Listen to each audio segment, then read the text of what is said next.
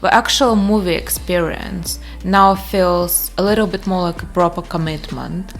And what I enjoyed about the actual aspect of seeing a movie today, it took me back to the time of Great Depression psychologically. Is a shit product strewn with gold, my favorite kind.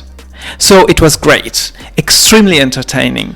I think criticizing any sort of a fiction, entertainment, it's like if you would get your portrait painted by Klimt or Picasso like it was in the movie, and then be surprised what your nose is not straight or it's not a perfect photograph of your representation.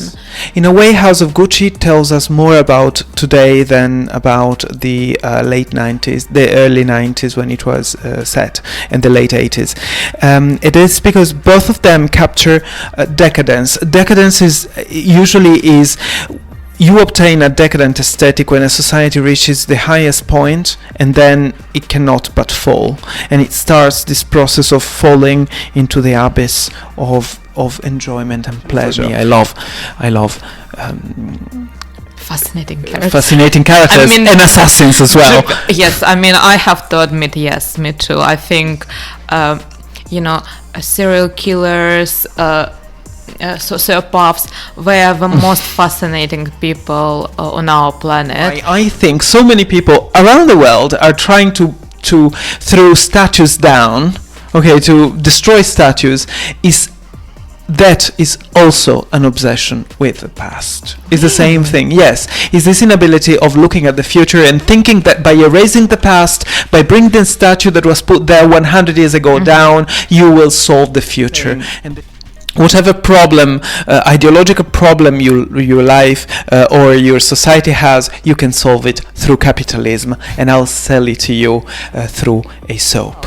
If we really want to start a dialogue with different cultures and raise some sort of a community awareness, well, why don't we stage a show and presentation in Afghanistan if we really want to speak about contemporary society? Okay. No. We are the Diet Coke society. You want to drink Coke without getting fat. You want to drink coffee without the problem of caffeine. You want the laxative chocolate. We treat death as pornography in our society, meaning that we don't want to deal with it, with the practical side of it, with people dying or with everything that is, because after all it's a natural occurrence in life, death, and we don't want to mix with it too much. But as you were saying, we are very good at celebrations and stuff, especially if you can capitalize out of it. Is that in 30 years, if this regime falls, there will be a post North Korean regime fashion, and everybody's gonna run around with the haircut of Kim Jong-un and the leather coat.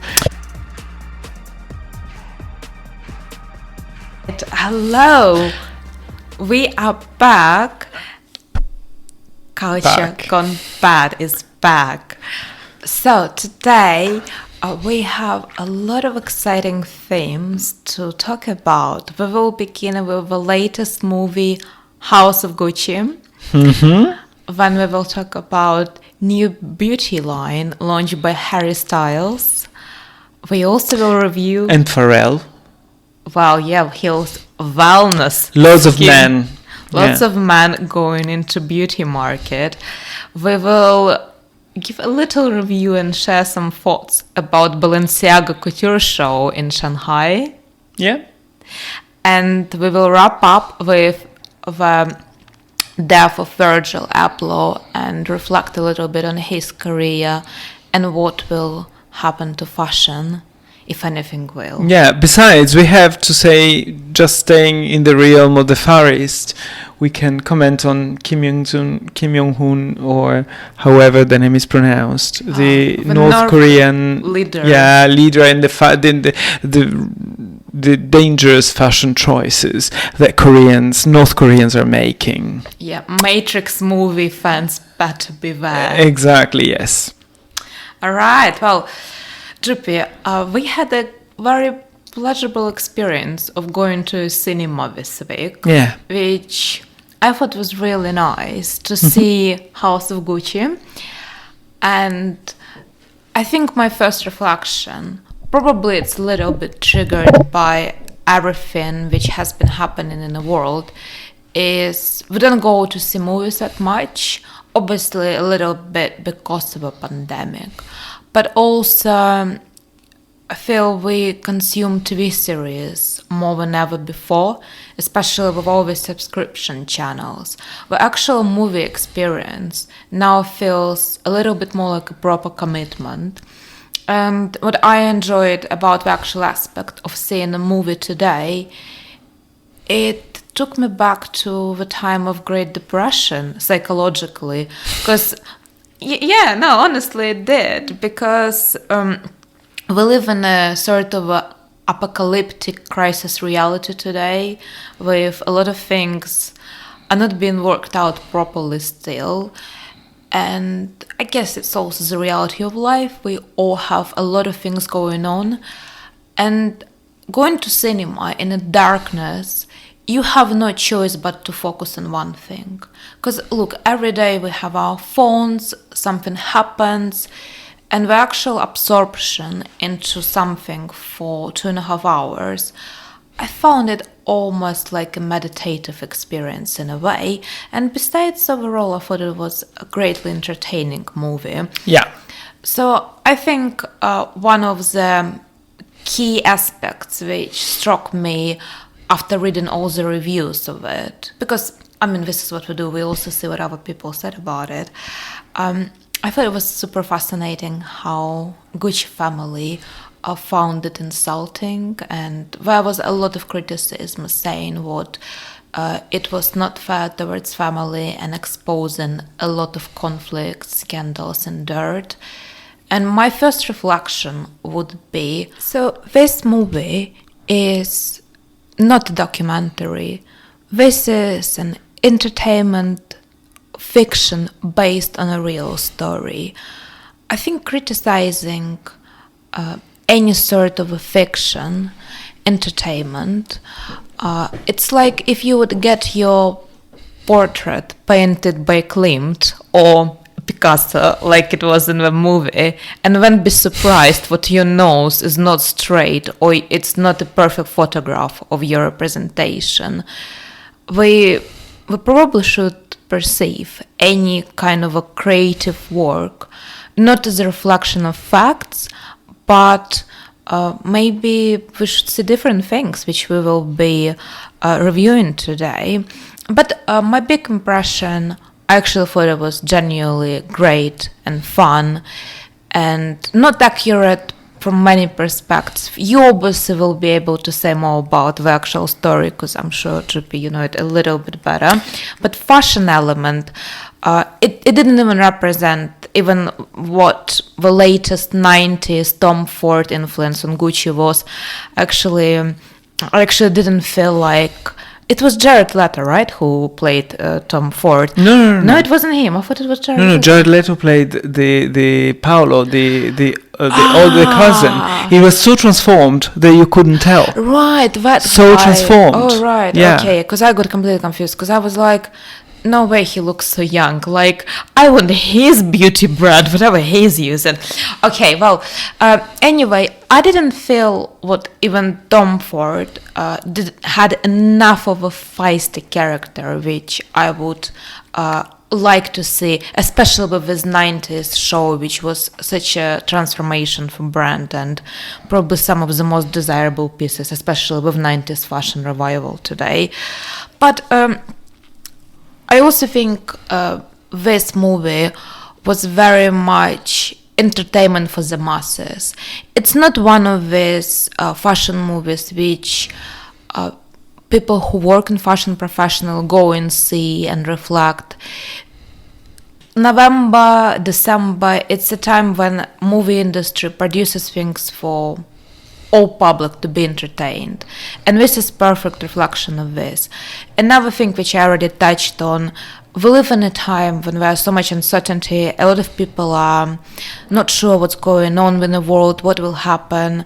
A lot of people are super lost, and we all want to forget about our problems. We want to experience joy, even if it's just for 2.5 hours.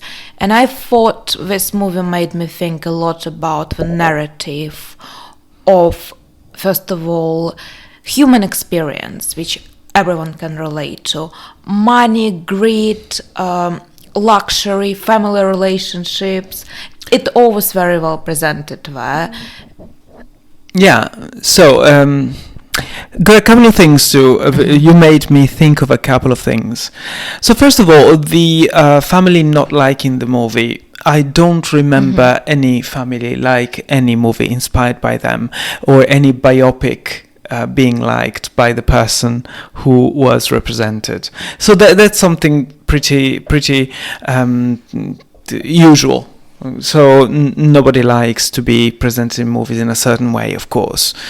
The question though here is that this is not just a movie about Gucci, who does an artistic representation, and there were many artistic distortions in this movie of the Gucci family. The problem, I think, is that the movie was, in the titles they wrote, inspired by a true story. So not adapted by a true story, it was inspired. It was not based on a true story, it was inspired, which common people focus on the word true story, but in fact inspired means that you are opening for whatever manipulation, and the family felt manipulated by that. So if they didn't write such a thing, they could have taken any liberty, but the thing is that they didn't change any name. They were suggesting that that's the actual thing that happened to the Gucci family. Those were the actual facts. They didn't change names. It's inspired by a real story, by the book of Gay Forden, which also has the same title and is a journalistic account. So it was a movie that played a little bit of ambiguity when it comes to representation. Now, what I think of the movie, and I very much agree with you, is great entertainment, is my favorite kind of movie, is a shit product strewn with gold. My favorite kind. So it was great, extremely entertaining, and I think Ridley Scott is a genius, because he knew he was not going to get away with this movie. It was impossible to approach this movie and make a great movie out of it. So he thought, okay, I've got the choice between trying to do a masterpiece and failing to do so and ending up with a bad movie, or intending to do a bad movie that is so bad that will become somehow iconic. And he went for the second, because he's a great director and he doesn't compromise his value with any cultural product. So what he did was interpret what it means in Italian terms, drama. Now, drama is a Grecian concept, it's not an Italian concept. The Italian concept is melodrama, like the opera. But what is melodrama? Is drama with a little bit of laughter in it. It's like Mozart operas. Okay, there is a little bit of drama and a little bit of laughter, and that's exactly what House of Gucci gives you. No, truly. It's a drama, like I said, anyone can relate to. We're not really focusing on fashion. We're focusing on the idea of family business. And look, I think any family, given money, name, and this recognition and glamour and luxury, they will fall apart and they will have always conflicts. I don't think any family, maybe except for a few, are can be proved from this. So I don't think it's necessary a negative connotation of a family. It's just a reality of human. But because again, us going through the current times, this movie is incredibly escapistic with the depiction of a lifestyle. It all starts with fashion, glitter, glamour, art, fun, wealth. All these characters, they are really absorbed in this experience. And then it all suddenly turned into a chaos, decay, revenge, and death. And it really made me draw parallels with Roaring Twenties and probably another creation which highlights this sort of a lifestyle is Great Gatsby. It really made me think a lot about it.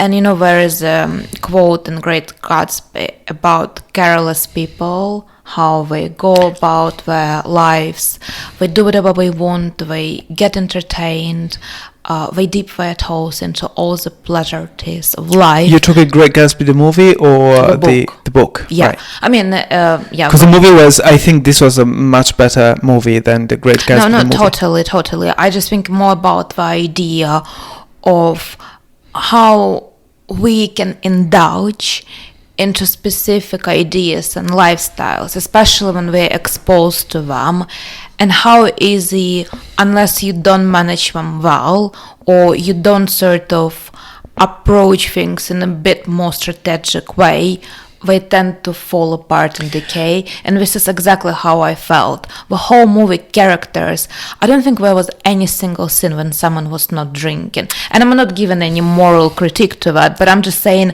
No, I think you caught something extremely important, which is that The Great Gatsby, exactly like House of Gucci, portray a moment of decadence.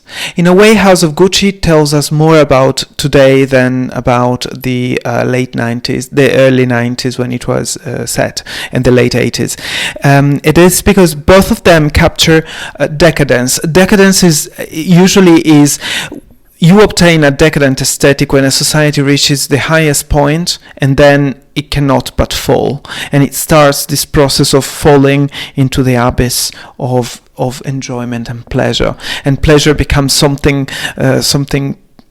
that is completely detached from a betterment of self. It becomes pure indulgence in pleasure, and that's, I think, exactly what happened in the 20s with Great Gatsby, this grandness, completely detached from the rest of society, and to strengthen this point that you make, that I didn't think about before, one thing that I noticed is that in House of Gucci, they portray a city that does not exist, because allegedly the city is Milan, but what they do is that they mix shots. Obviously, who doesn't know Milan and Rome very well? I lived in both, so I know both cities quite well. Who doesn't know the cities doesn't get one thing. Milan is not a decadent city, is not a Baroque city. They tried to create the stereotype of the decadent Italian city, and they use shots of Rome and shots of Milan mixed together. So, for instance, all the area where Maurizio Gucci lives in Milan is a very elegant area, like the real part of Milan. But they used an area in Rome called Quartiere Coppede, which is a Liberty, extremely decadent, beautiful area of Rome, and they used everything, and also the fountains. Those are not Milanese fountains, of course. Those are clearly Roman fountains. So they even created this imaginary city to give this idea of decadence. No, you're absolutely spot on. Now I just remember visiting Italy, and yes, Milan strikes me as quite urban, very modern city compared to Rome or Florence. Milan is Jill Sander, Rome is Versace as a type of style. Here we go. You just said it in the best fashionable way possible. And movie starts with the narrative what we all see luxury fashion, we all pass Gucci stores. I mean, we all have done it, like anyone can relate, especially in London. And when she says, you do wish you could become part of it, maybe one day you can afford second less expensive thing in a store. And when she says, but you never will. And I think it really sets the tone for this narrative. What it's an exuberant, extravagant lifestyle presented to us in this movie. It's super absorbing. I feel you can really lose yourself in this 2.5 hours. But in the end, you also see the outcomes of this destruction. And I think what also struck me, there were a lot of narrative what she married Maurizio, but she is not a Gucci. And even though she is the one who probably influenced him so much, she was constantly reminded about that. And out of the whole family members, she is the only one who got very upset when she went to this market and saw all fake Gucci merchandise.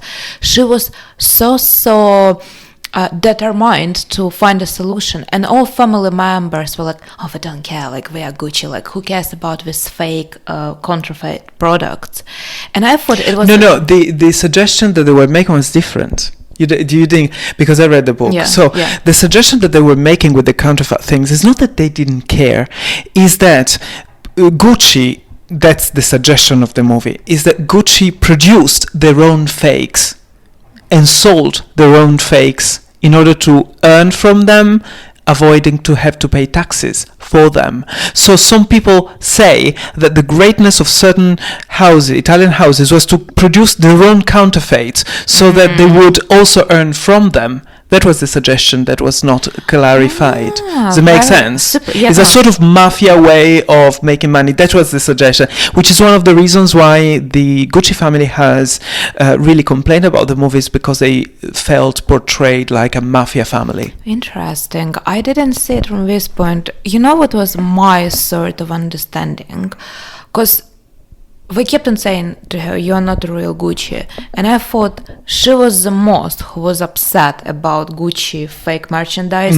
And I thought probably because she was not... She had something to prove. She had something to prove. Yeah. And she was in a way fake herself. And I thought, you know what, we all get triggered more by things which touch our own biases. And I thought it was another narrative about, because even when she found this Peter fortune teller, her first question was like, will I make it in life? Will I be successful? She was desperate to establish herself, and any idea what something will not succeed, will not be real, upset her on the most profound level, because all the family members, regarding how much we represented the pinnacle of mediocrity, they were content with that. But she was the outsider, so she had a lot to justify. I thought it was another narrative which really resonated. Which, exactly, that's another point. The fact that they try, the narrative around the movie has been to sort of atone Patrizia as a symbol of feminism in a way, and a strong woman who fights in a male-dominated world, which nothing could be more wrong about Patrizia, because she was anything but a feminist, anything but that type of woman that today's progressive narrative would like to see in Patrizia. She was just a very selfish person who thought about herself more than anything else, and she killed her husband for it, because she didn't want the husband to find another Signora Gucci. In fact, one thing that I noticed is I watched many interviews of Patrizia, and she's a very fascinating character, especially for me. I love fascinating characters. I mean, and assassins as well. Yes, I mean, I have to admit, yes, me too. I think, serial killers, sociopaths, they are the most fascinating people on our planet. Not the most wholesome, but they really change our culture on the most profound ways, which anything else will never do. Yeah, they're kaleidoscopes to understand. But in one of her interviews, she said about her husband, she was always very... that's one character that Lady Gaga caught very, very well. By the way, by listening to Lady Gaga, I would close my eyes and I would hear you, because she had a Russian accent for some reason. That was anything but an Italian accent. To me, she was either Russian or Bulgarian. That was not an Italian accent. That was ludicrous. It was one of those ludicrous things that I think the director wanted to have, just because it would make it so bluntly trash that who cares? Like, let's enjoy it as it is. But anyway, I was saying, one of the things that Patrizia Gucci says is, in real life, the real Patrizia said once to a famous Italian journalist, she said, my husband was like a cushion. It takes the shape it took the shape of the latest ass who sat on it. That's what Patrizia said about the husband. So you see this sort of irony in the character played by Lady Gaga as well. That she's very, very acidic, very shady. Yeah, incredibly fascinating character. I actually, for some reason, also thought, but where was this madness in her character, this ridiculousness? Also, it was constantly highlighted what she didn't come from high society. She was very low culture. She didn't know a lot of things all his friends or the family were part of, but she never was faced by that. She was just quite she had her eyes on a prize, essentially. And I thought it was very capitalistic notion in her as well, being productive and finding a way to get there, wherever it takes. Yeah. And it made me think about Giles Deleuze theory of capitalism and schizophrenia, because I thought she was quite schizophrenic, but what he analyzed was the way how, beside mental illness, schizophrenia can be seen as a productive order. And I thought, especially second half of a movie, as she started getting more and more extreme, more and more ridiculous, and all narrative started to plunge into chaos, I thought capitalism was taking the leading role. The brand was doing really well, and in the end it was bought by a successful group, and it turned into a huge successful story. So essentially... No, the thing is that capitalism became so powerful that at some point the concept of capitalism detached from the concept of family, which created that capitalistic system, and the capitalism eliminated family. Because at some point is the Sole who buys who manages to eliminate Maurizio Gucci from the company. So capitalism detaches itself from the people who have originated it in the film and takes a life of its own. So that's so true. By the way, I thought one thing. In my life, I studied. This is a movie about fashion. In my life, I studied mainly 3 subjects. I studied films. I have a degree in film studies. I have a degree in history of cinema. I am currently taking a degree in psychology, and yet the only interpretative keys that I can think of come from psychology. Neither from my film studies nor from my fashion studies, because it's the only way to explain how fucked up they all were. I mean, yes, but I think find any family in these circumstances, I think very few people will stand the test of power, always luxury lifestyle, and the ultimate price of running this business. I think it can really tear a lot of people apart and take them into this mad run, what this movie is about. But speaking of Lady Gaga, I always thought she had a very sensuous femininity in her, and I thought she was absolutely stunning, sexy and desirable in this movie. I thought visually I really enjoyed looking at her throughout the whole movie. I thought it was great. Yeah, she was extremely well dressed. Some of the garments were from the Gucci archive. She is in the movie, she's less pretty than Patrizia was, because Patrizia was extremely pretty. Not beautiful, but pretty. Lady Gaga was not as pretty, but I agree with you, it was extremely sexy and sensual. Now, one thing that I found interesting is the way in which the brand Gucci is managing the movie. Because on the one hand, they gave their archives to the movie. On the other hand, they are doing anything they can to detach themselves from the movie. For instance, they dressed Lady Gaga only for one of the premieres. The second premiere, she went dressed in Versace, and the third dressed in Valentino. So clearly, the Gucci is not linking the brand to the movie too much, and that is because fashion cannot handle any depressing stories or any darkness. Fashion is not really good at that. So, but having said that, I've seen the data for the Gucci accessories the week the movie came out, and the sales data are staggering. Like, they went up more than 200%.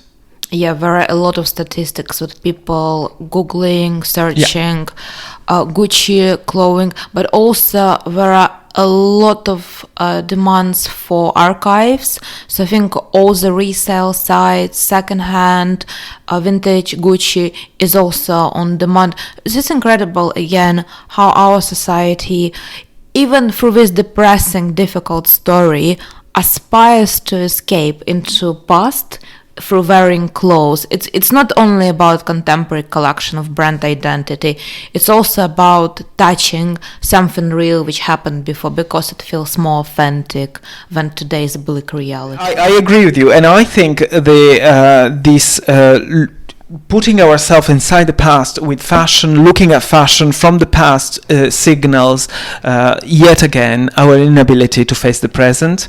And weirdly enough, the reason why I think so many people around the world are trying to throw statues down, to destroy statues, that is also an obsession with the past. It's the same thing, yes. It's this inability of looking at the future and thinking that by erasing the past, by bringing the statue that was put there 100 years ago down, you will solve the future. And the future cannot be solved by obsessing over the past. You have to think in terms of future. So even Gucci should think, the brand and the consumer should think in terms of future rather than the past. In essence, I think we are trapped at many different levels, creative and historical and intellectual levels. We are trapped by the past. Well, hopefully some brands are looking into the future. And let's talk about Harry Styles. Okay, then bring me back to the past. Well, if that's the future, I want the past.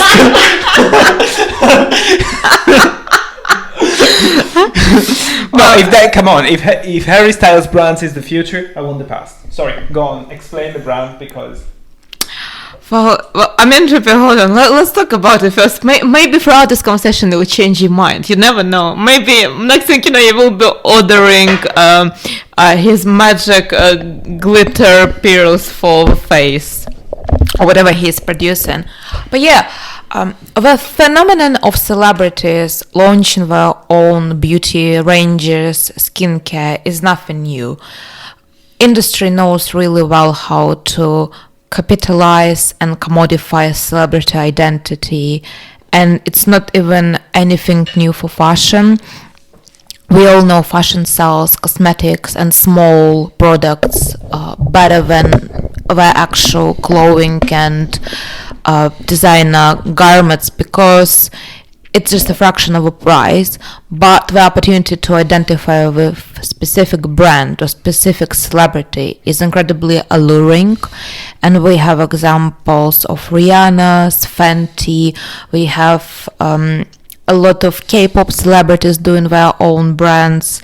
We even have Lady Gaga doing her own makeup brand. She did. Do you remember the black perfume she produced? The perfume? No. Yeah, many years ago. She produced a black perfume. It was about 10 years ago. It was an egg, a black perfume that once you sprayed it on your body, lost the color and became colorless. Ah, amazing. Yeah. Very sounds very entertaining. But yeah, I mean, celebrities do a lot of perfumes. Like you can see Nicki Minaj, Britney Spears, all of them, they do their perfumes. It's nothing new. However, it probably has been the female dominated industry, because the biggest consumers of cosmetics are mostly women. And we have some examples of maybe like Jeffree Star, who from being an influencer launched his own makeup brand. Who's Jeffree Star? The guy who slept allegedly with Kanye West. Apparently, He's the guy with the like blonde guy. Yeah. I find him incredibly fascinating. He totally. manages to sort of bring this traditional notions of femininity, almost like from 50s, but in a contemporary vulgar way. He's got like pink Ferraris. I think he's even got like his whole flat wherever he lives, probably in California, I assume, which is a place I imagine him to live. Like I think he's got like a whole place decorated with pink carpets. It's incredible. I think, you know, he refined. Yes, very, very refined and very, very consistent in his aesthetical choices. I think anyone who is consistent with their aesthetics deserves a lot of respect, regardless. But what we see lately, specifically with this Harry Styles, is a new trend for male celebrities to launch their beauty brands. And he launched a brand called Pleasing, and there are some nail polishes, glittering pearls for the face, and a product called a pleasing stick, which I would thought would be a sex toy if I didn't know it was a makeup brand, but apparently it does something magical to your face. So does the burqa. Well, JP, probably does not shine that much, or it's not magical. Come on. Okay. Magical burqa. And then Pharrell Williams also launched his own skincare range, which says a lot about wellness. What kind of stood out for me is how they communicate the brand launch and messages, and they say about bringing some joyful messages to their consumers, and also about blur of boundaries. This is like what the official statement is saying, and I thought makeup was about, you know, just putting something on your face to change its appearance, maybe to look a little bit better, to make yourself look better. I mean, people use makeup for all sorts of reasons, but I find these ambiguous messages of what sort of boundaries, what sort of joyful moments, maybe pleasing stick can bring them. No, I don't know. I think that's what bothered me about these two things: the Pharrell Williams brand and the Harry Styles. Although I must say I respect the Pharrell Williams a little bit more, and I'll tell you in a minute why. So the first thing I thought is when Schiaparelli and Gabrielle Chanel started in, I think, 26 with her number 5. And Shocking. Shocking was 35, I think. By Schiaparelli. And those were really the first attempts at creating what in fashion we call the horizontal expansion. So expanding not so much in terms of price, but in terms of categories. Product categories. But if you look at number 5, for instance, you are always amazed. The formula changed over the years, but remained pretty much the same. And you're always amazed by the amount of scents they use to create this magical perfume. So it's always product oriented. Whereas in this case, both Harry Styles and Pharrell Williams, it was never product oriented. It was not even celebrity oriented. It was value oriented. They were telling you, you can buy your own atonement if you're a man, if you buy my own stuff, because you will sort of wash away your toxic masculinity from your body through my products. And it was an attempt of sort of atone males and females, and saying, and especially Pharrell Williams, he advertises his own products as gender neutral products, which is very funny because since I was a child there has always been a section with male products which are marketed as male products, and we have been fed with this scientific demonstrations that the male skin is different from female skin because of different hormones, different all sorts of different reasons why males and females have different skins. And now Pharrell Williams comes and says that there you go. We have a gender-neutral product, which is a contradiction in terms. So the funny thing is, the narrative about transgender, homosexual, everything is born this way. So the Lady Gaga philosophy. Okay, if you are gay, you are born this way. But if you have a female skin or a male skin, that's socially constructed. How's it possible? Isn't this a contradiction in terms? So your skin is socially constructed, and we will market it as gender neutral.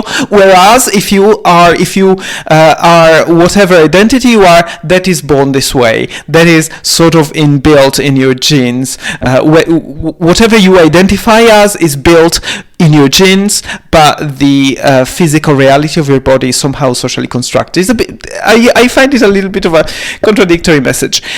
One thing, though, the reason why I appreciate Pharrell Williams more. First of all, I would rather buy Pharrell Williams rather than the Harry Styles, just because Pharrell Williams is a 50 years old man with a perfect skin and a perfect face, so it's much more convincing. But having said that, the reason why I trusted him more is because he at least tries to do a little bit of unique selling proposition in his campaigns. He explains that he uses kaolin, which is this product that respects the natural oils of your skin. Whereas Harry Styles was pure emotional selling proposition. There was no unique selling proposition, no talking about the product or talking about the ideology and the emotions, as if you could. So it's almost like saying, whatever problem, ideological problem your life or your society has, you can solve it through capitalism, and I'll sell it to you through a soap. Yeah, I also not sure to what extent we're actually targeting male audience, especially Harry Styles. I think Harry Styles is quite popular with female fans, especially he's coming out with a boy band historically. And this is sort of my reflection. Probably they're trying to advertise cosmetics on the male celebrity to sell to women because they will find it sexually alluring. It's almost like David Beckham advertising underwear. Obviously men buy it, but they buy it because probably women find it alluring, big percentage of. So to some extent, also like the same with Jeffree Star, there are a lot of female customers. And when I think about people like mass public, mass consumer, but don't have that many men actually using cosmetics. And I'm not saying they're unknown, but they are targeted to gay men.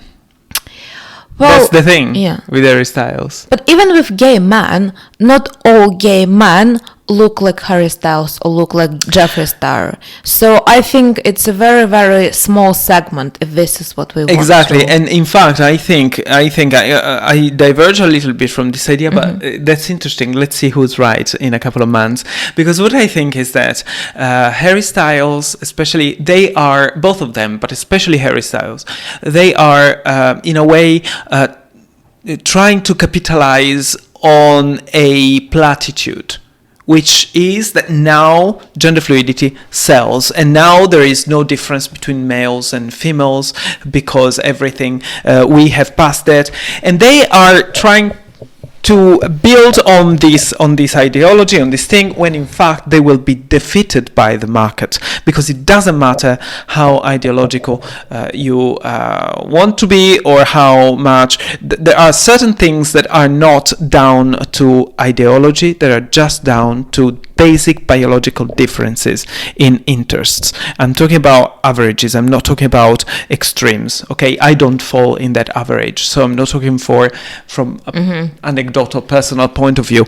I'm saying that is not, I think, a viable solution for making profit. They think it's a viable solution because that's what marketing in contemporary right now preaches. So I think it's just myopia. I think it's just they are just short-sighted. They think they will make money. They think it will work because it worked for Gucci. This sort of narrative. They think that it can work for them, but they forget one simple detail: that their product is a cheap product, and to make profit needs to sell to many more people than Gucci does. So I think there is a misconception there. It's not probably, yes, I agree, probably they are also trying to sell to women, but even when you try to sell to women, this gender fluidity thing is not necessarily the winning strategy. I think they are just getting it wrong, and capitalism will prove them wrong. Yeah, or like I said, it's probably not going to be bought by the male customer, but female customer, because it's also, even the type of a product, I do feel like it's something which could be desirable by women, but we shall see. Exactly. And also I think that it can work, this strategy can work if you are targeting a niche. The problem is that niche of gender fluidity is becoming a little bit overcrowded. Because Lush is already doing certain things, so you don't really need Pharrell Williams soaps.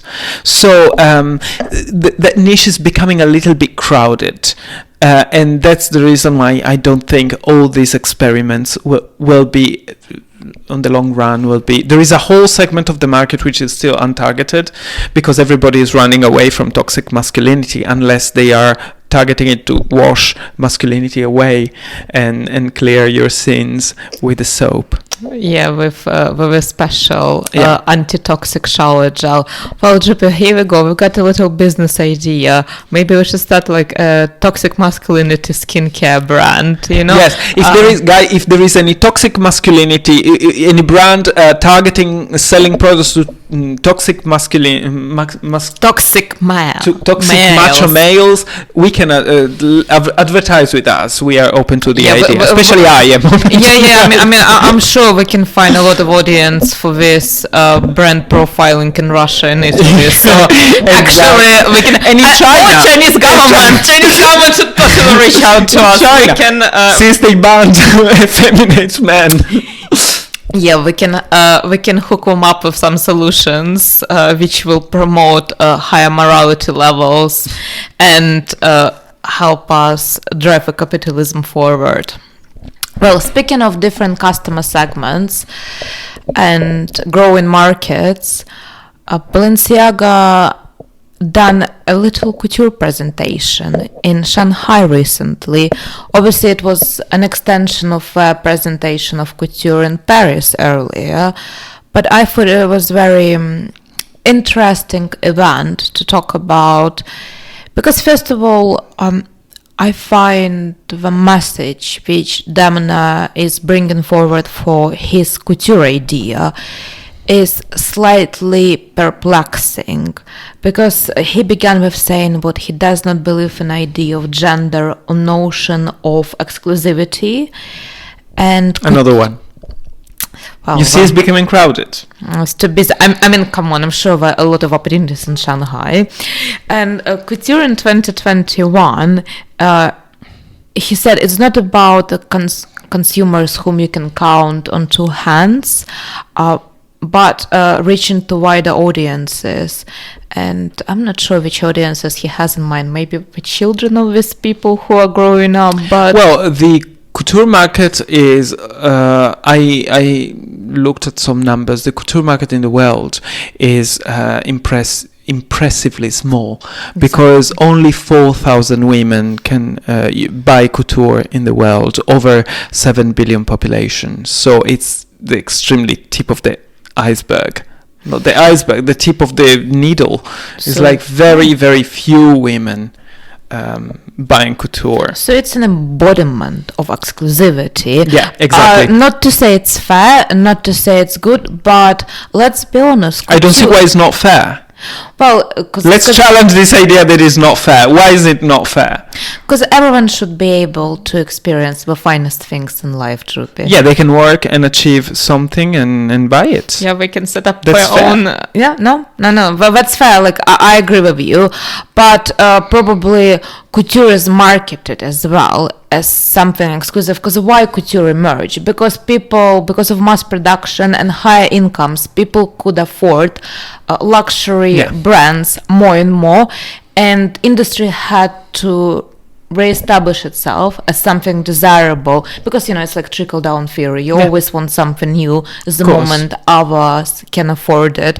So in a way, couture exists on idea where it's something aspirational at the top, and the moment it becomes inclusive, it's not exciting anymore. Of course. So I think this is what I mean. It's but besides, I also think that so first of all, I must say I really, really loved the couture collection by Demna.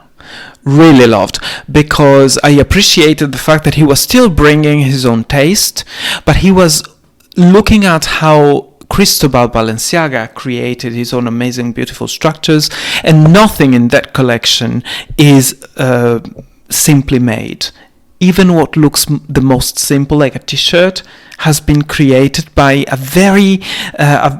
he researched a lot the paddings and the materials to make the t-shirt stiff. If you look at the jeans, for instance, the denim is hand woven in Japan, and the buttons, which look like normal metal, are in fact silver. So nothing is banal. That to me is the essence of couture, is research and find the most exclusive way, where exclusive is not a dirty word, to make something unique. Not necessarily beautiful, but unique for sure.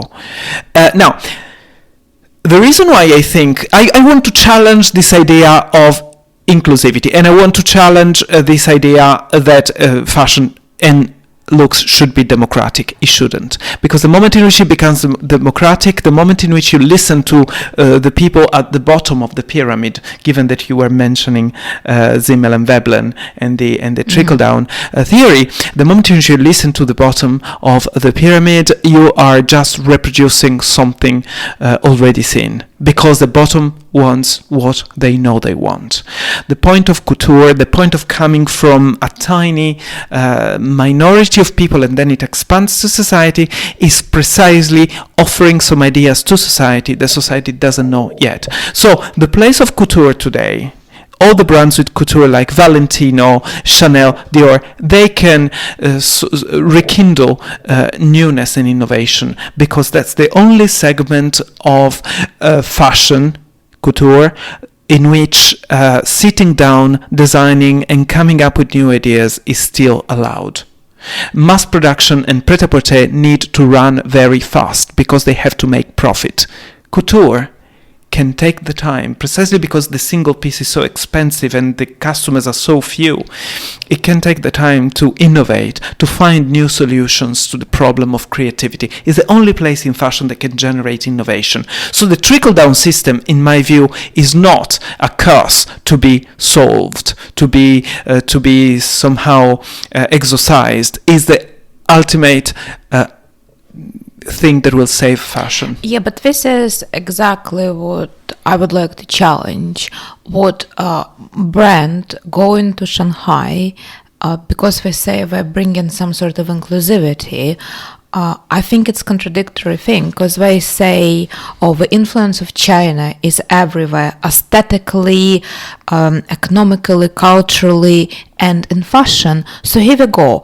What they actually saying between the lines is that we're attracted to the spending potential of Chinese couture customers, and that's why we are going there. And in this presentation, they recreated the saloon, the showroom, the banquet room, how it used to look in the atelier of Balenciaga in 1930s, and they just did it in Shanghai. So therefore, they recreated exclusive experience which customers of original designer could have had in 30s. In the modern terms, there is nothing exclusive about that. They even say it was ridiculously difficult to get an appointment in his atelier in 30s. So they're literally just recreating the notion of secluded, exclusive experience and covering it with us being exposed to different cultures, but well, if we really want to start a dialogue with different cultures and raise some sort of a community awareness, well, why don't we stage a show and presentation in Afghanistan if we really want to speak about contemporary society? No, we pick for the society which can make this brand more profitable, but I don't think it will make it more inclusive. Look, exactly. I so agree with you. Like, it's about making something exclusive. It's schizophrenia that you were mentioning before. Schizophrenia, once again, is making something extremely exclusive for very few and marketing it as exclusive in China. And then for the rest of the liberal world, pretending to be inclusive. So this is the essence, what Zizek defines as the essence of capitalism today. We are the Diet Coke society. You want to drink Coke without getting fat. You want to drink coffee without the problem of caffeine. You want the laxative chocolate. So essentially, we are the decaffeinated coffee, the decaf coffee society. We want everything in its opposite. And you can see when you go to Starbucks and you buy a cup of coffee and they tell you that 1% of that coffee will go to the poor people, and Zizek says, isn't that the capitalism giving you the problem, starving people in Africa, but then including the price also the solution to the problem? We also forget to say what 0% will go to pay taxes, because Starbucks is notorious for paying taxes. But the idea is we are capitalism, but we will convince you that not only you will enjoy our capitalism, because we know that you want to enjoy our capitalism, but we also will provide you with the right atonement for your sin. So you can sin with us, but also be atoned after sinning. And I think fashion is going down the same route. Oh yeah, another way of washing away our sins with money. Looks like, again, toxic masculinity, skincare is a good solution after all. Yeah. Just being honest with the reality. Yeah. Not trying to wash away anything. No, exactly. Yeah, it's just really, fashion is secluded industry. It functions on an idea what you want to be able to access something and have this experience, and I don't think it can really exist, especially in a cycle, without creating the excitement and illusion what you are able to belong to this limited few. And I think it's just literally brand capitalizing under this fake narrative. But speaking of brands and maybe capitalization in a way, I decided to dress very thematically today, Drupi. Not only I'm wearing black, I'm wearing off-white dress. Oh. Yeah. Is it? Yeah, I mean, here we go, you see? Oh, off-white, yes. Off-white. Oh my gosh, I feel so cheap. You're always wearing amazing stuff, and I'm always wearing COS. You have a rich mind, Or Uniqlo, very basic. Well, I mean, last time probably you didn't wear any Uniqlo, so you see, you said you don't need any. Yeah. Well, JP, I think, you know what, maybe on the surface it can look very exciting, but isn't it more important what is beneath the clothes? So I guess it's a very visual world in which we live, and we participate in fashion consumption. But yeah, so last weekend Virgil Abloh passed away. I think it's always difficult to find out what someone who is quite young and prime passed away, because it's a very different dynamic of how we interpret this. And the collection which Louis Vuitton staged to commemorate his last collection did say a message about life being very short and the necessity or sort of encouragement to follow the ambitions or try to decide for yourself what you think is the right thing to do rather than just to follow anyone else's lead.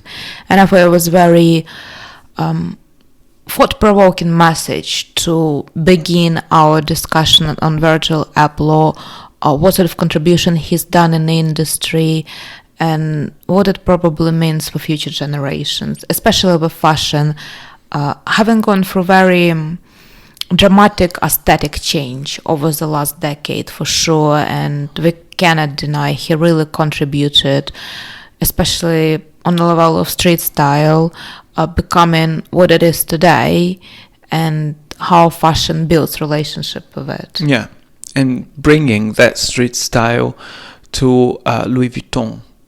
That's something that I think that's the one contribution that we will always think about Virgil Abloh when we will talk about how street style raised to the catwalks of such a brand of Louis Vuitton. Louis Vuitton is not any brand. Louis Vuitton is, the top of the top of fashion in terms of cost, in terms of production, etc. So, yeah, he will be always credited with this. Yeah, I read a lot what he was super approachable and supported a lot of people in the community, and he always found his time to speak with his fans. And I can confirm this. Yeah? Because I've got a friend of mine, super dear friend of mine, who is a photographer, and he worked with Virgil Abloh, and they exchanged some messages online on Instagram, like just complimenting each other on their great work. And Virgil Abloh chose to work with him on some projects, and apparently my friend always told me how nice he was as a person, how unusual and creative and nice he was as a person. So yes, I can confirm, because I heard from my own friends that he was extremely approachable. Yes, I think it's quite admirable characteristic, right? If you can become that big in any industry and still stay humble and friendly towards people, regardless of what sort of role they have in their life. I think that's very inspiring. I think the only element which kind of made me reflect a little bit more is how Louis Vuitton, straight after his death, staged the show and obviously capitalizing on a narrative that everyone is talking about. And in a way, I guess it's unavoidable, because look, fashion is the business of clothing and manufacturing ideas and selling identities and products to people. But at the same time, it really shows that the process never stops. It must continue. It must produce more products and bring the cycle into the speed. But at the same time, I also think the show was a little bit like a stage funeral to some extent, with so many messages dedicated towards him, and it highlights to some extent our culture obsession with death, how we on one hand terrified of it, but on the other hand we have to make a huge event out of death. Any funeral is always a big show. I think we are obsessed and terrified. There was an article I read a while ago by an intellectual, which I cannot remember now, but the article is titled "The Pornography of Death," because we treat death as pornography in our society, meaning that we don't want to deal with it, with the practical side of it, with the people dying, or with everything that is, because after all, it's a natural occurrence in life, death, and we don't want to mix with it too much. But as you were saying, we are very good at celebrations and stuff, especially if you can capitalize out of it. Yeah, and I think the great thing about Virgil Abloh life, as much as we can probably judge from our perspective, he was not only celebrated as a designer when he is dead, he had incredibly successful career, and he managed to shift a lot of dynamics in the industry while he was alive. And I probably will take us back to Great Gatsby. There is a quote which says something along the lines: we should celebrate and show our friendship to a man when he is alive rather than he is dead.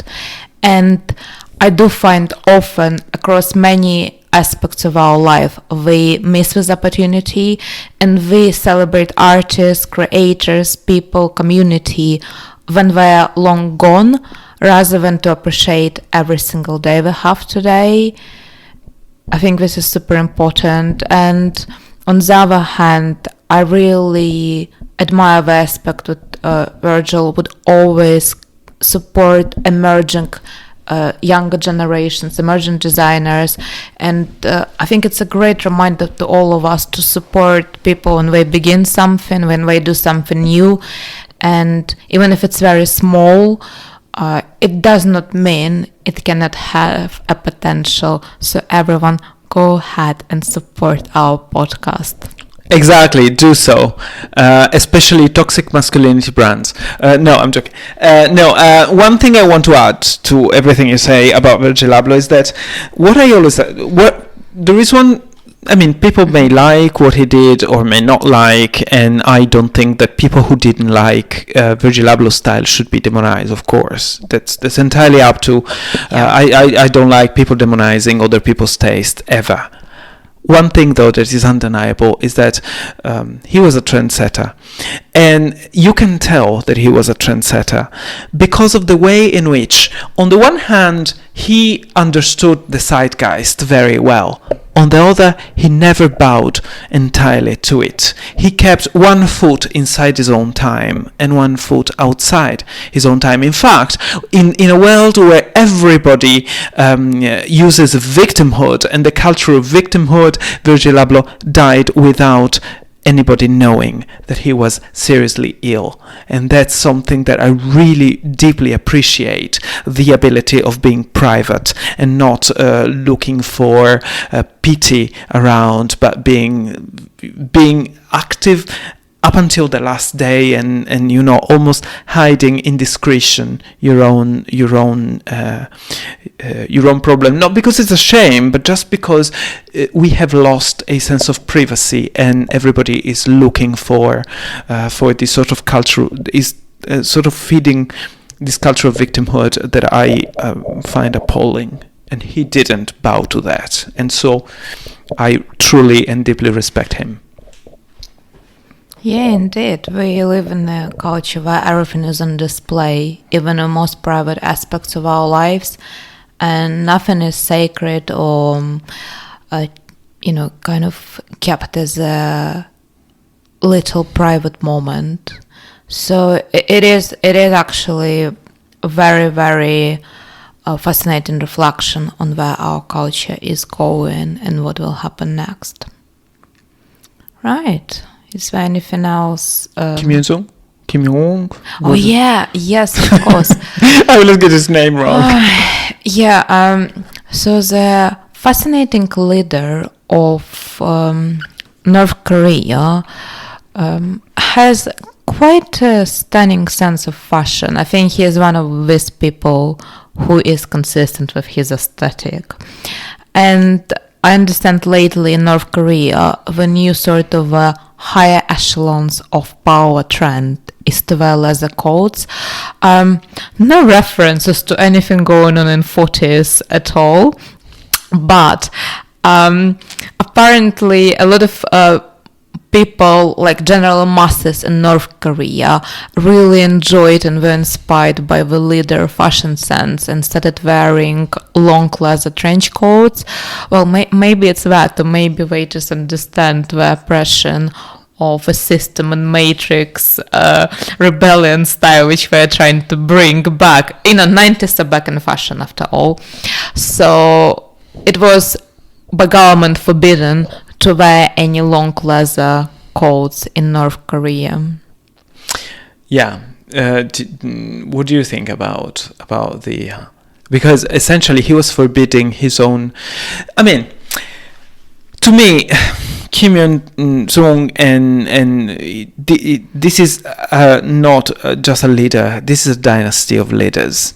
The father was also already the dictator of North Korea.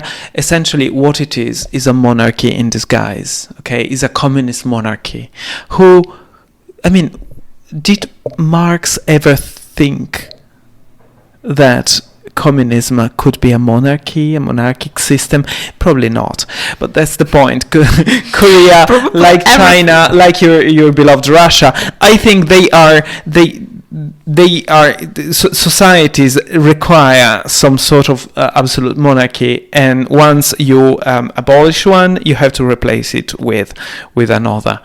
And that's the reason why the communist regimes went to replace, structurally speaking, monarchies in many ways. And in fact, I see a lot of parallels between the North Korean situation and the sumptuary laws of the pre-French Revolution society. In essence, yes, he is fighting capitalism, but not in the sense in which Karl Marx and the communists and the Western communists may have thought of capitalism. The one thing he's fighting about capitalism is the sense of liberty and freedom and individuality. That is the aspect of capitalism he cannot bear. Is not seeking for equality, because yes, he is imposing a sort of equity to North Korea, where everybody is equal, but someone is more equal than the others. Yeah, I also find it interesting how he goes into this very old-fashioned idea what he does not want peasants to replicate the style of a king. It's almost like we're going back to pre-industrial times where on that's what I'm saying, the sumptuary laws. The laws whereby the lower classes were by law forbidden to wear something that the upper classes could wear. Exactly, because in today's society, celebrities, leaders, luxury brands, they actually thrive on idea what people copy them. That's sort of what makes them recognized as leaders in all sorts of notions, opinion or fashion or any sort of a lifestyle direction. And here he's literally taken back to very, very old fashioned ideas what no one can replicate. But they also do the same with jeans, hairstyles. There are a lot of aesthetic control which were imposed in North Korea. I think this is what makes it so fascinating. They not only telling people how to think, how to eat, how to work, how to live, we tell them how to dress, but in a very specific aesthetics way. And I think it's worth a proper some sort of a sociological analysis. Everything that's going on there. Yeah, I mean, the sumptuary laws existed pretty much everywhere until in Europe until the French Revolution, but they also existed in the Far East. For instance, I don't know much about the Korean royal family, which used to be there before, but I do know that, for instance, in China, only the emperor was allowed to wear a specific shade of gold. No one else was. So by law. So this is essentially replicating sumptuary laws to a new degree. And also, yes, using communism as an ideology to fight capitalism, but to pursue the sort of goal of aristocracy as opposed to pursue the goal of equality. So I find it very contradictory and very fascinating. And I'm just waiting for the day in which the North Korean regime will crumble forever, and I feel that day is not that far. Well, and we have a lot of leather coats available on the market, so when it happens, we all can revive the Matrix vibes again. And a Matrix movie remake, I think, is coming out as well. Or is it like an extension of a story? You know what's my danger? There was the danger of this rather than Matrix. You know how Demnak Vasalia brought the post-Soviet Union style into fashion? Is that in 30 years, if this regime falls, there will be a post-North Korean regime fashion, and everybody's going to run around with the haircut of Kim Jong-un and the leather coat. It would be amazing. I see you with that haircut, by the way. Okay, JP, well, this is going to be my new year look, amazing. And leather coat. No, you know what? I actually think you spot on with it. That's why I think it deserves deeper analysis and some archiving. because I think it has a strong fashion aesthetic potential to be replicated, especially here in the West. It's like Soviet fetishism, North Korean fetishism in fashion. I think there's a strong potential. Yeah, let's think about it. Totally. Well, Drupi, any last reflections? No. I think... I spoke enough. Did you? That's good. All I can say, culture gone bad. Culture gone very, very bad.